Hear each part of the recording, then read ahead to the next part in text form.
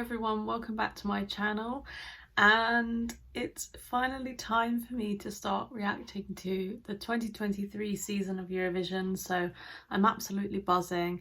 And the perfect country to start with, last year's winners, Ukraine. So Vidbir happened this year. Apparently it was held in an underground bomb shelter, which I think is amazing. Just the fact that they were able to put the show on and carry on, I really admire that. I think that's just so much courage and fortitude.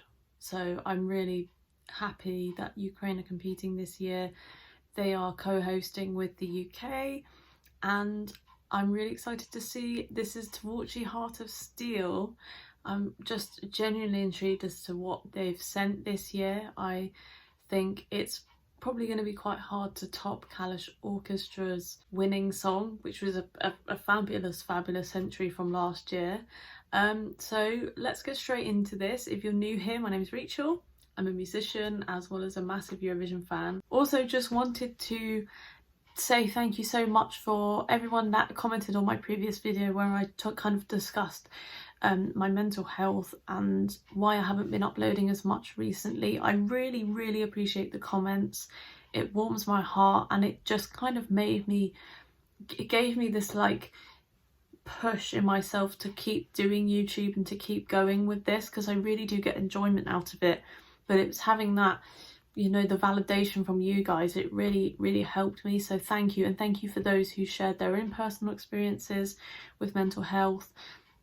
You know, it really helps to see that other people go through the same thing, but they carry on to persevere.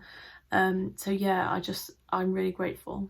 Stay tuned to the end of the video. I'll be scoring the song out of 10 as usual, and consider subscribing to my channel if you haven't already, and leave a like down below and a comment as to what you think about this song. So let's get straight into this first reaction of the season. Woo!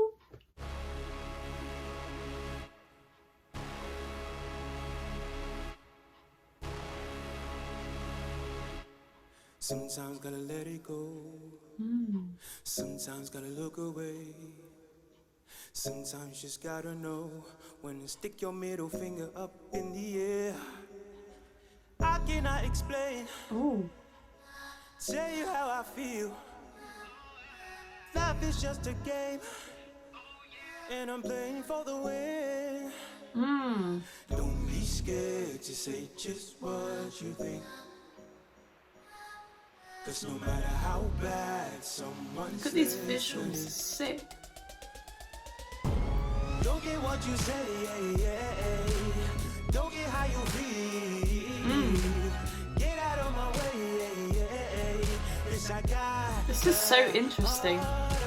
It's totally kind of not what I was expecting, and I feel like Ukraine haven't sent anything like this before, so it's refreshing new direction. Yeah. Okay, so we're at the midway point through the song. This is great so far. I think it's definitely, the electronic vibe is going to stand out, even though I haven't heard any of the other songs yet. Just the pure kind of soundscape of this is very different. I don't think Ukraine have ever gone in this direction before, so it's intriguing to say the least. I do think the verse had more grip than the chorus. The verse kind of pulled me in. It made me want to hear where the song was going next. It was more mysterious. I think kind of his voice was showcased against the backdrop of the instruments and the synths, but then when the chorus came in and the beat, it lost a little bit of steam, just a little bit of steam. But I can't write this off completely yet, because I still think this is great. But is it matching up to Stefania from last year so far? I don't think it is yet, but let's carry on. Let's keep going. You just like the act of fool, trying to get in my head, like when I turn on my head, I can see. He's kind of like a cross between Tayo Cruz and Jeremiah, those two R&B singers from the 2010s. Also a little bit like Jeremy McKees from last year as well. similar kind of trajectory that the song's going on.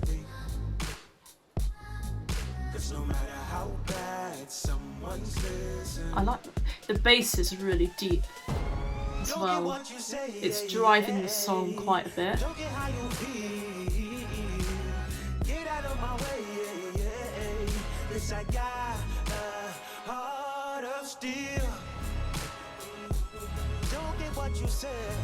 It's the sort of thing that would be on the soundtrack to like Black Panther, that sort of thing.